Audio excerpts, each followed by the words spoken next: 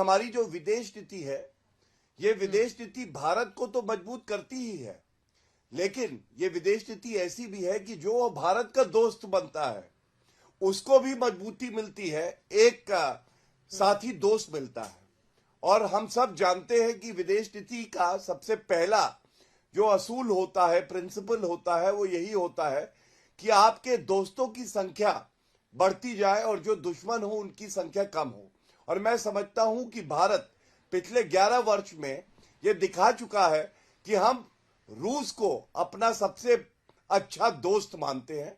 इसलिए Vladimir Putin जी की ये जो भारत यात्रा है ये बहुत अहमियत रखती है। दूसरा, ये अहमियत इसलिए भी रखती है क्योंकि हम जानते हैं किस तरह से जब जब भारत को जरूरत पड़ी तो अगर एक मित्र कंधे से कंधा मिला के खड़ा था भारत के साथ तो वो रूस था। This is a time tested relationship, जिसकी दो उदाहरण मैं देना चाहूंगा। सबसे पहले आप याद करिए एब्रोगेशन ऑफ आर्टिकल 370, जब अनुच्छेद 370 को संशोधित किया गया तो Pakistan United nation security council में भारत के खिलाफ प्रस्ताव लाता है और हम जानते हैं 5 देश ऐसे हैं जो वीटो लगा सकते हैं। तो रूस भारत के साथ खड़ा रहा था उस वक्त भी।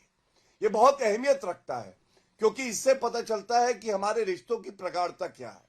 दूसरा, S-400 सिस्टम जो अभेद है, जिसको हमने परखा और हमने दिखाया कि भारत कितना मजबूत है और पाकिस्तान को मुंह की खानी पड़ी।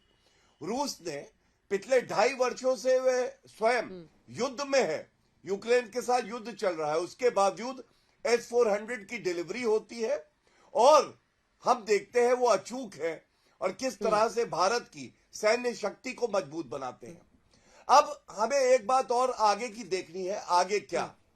देखिए, बहुत से ऐसे लोग हैं जो ये कहते हैं दबाव है, किसी देश का मैं नाम नहीं लूंगा क्योंकि कूटनीति में ये सेल्फ गोल होगा, लेकिन एक बात मैं जरूर कहूंगा, ये मजबूत भारत है, ये नया भारत है, ये मोदी जी का भारत है।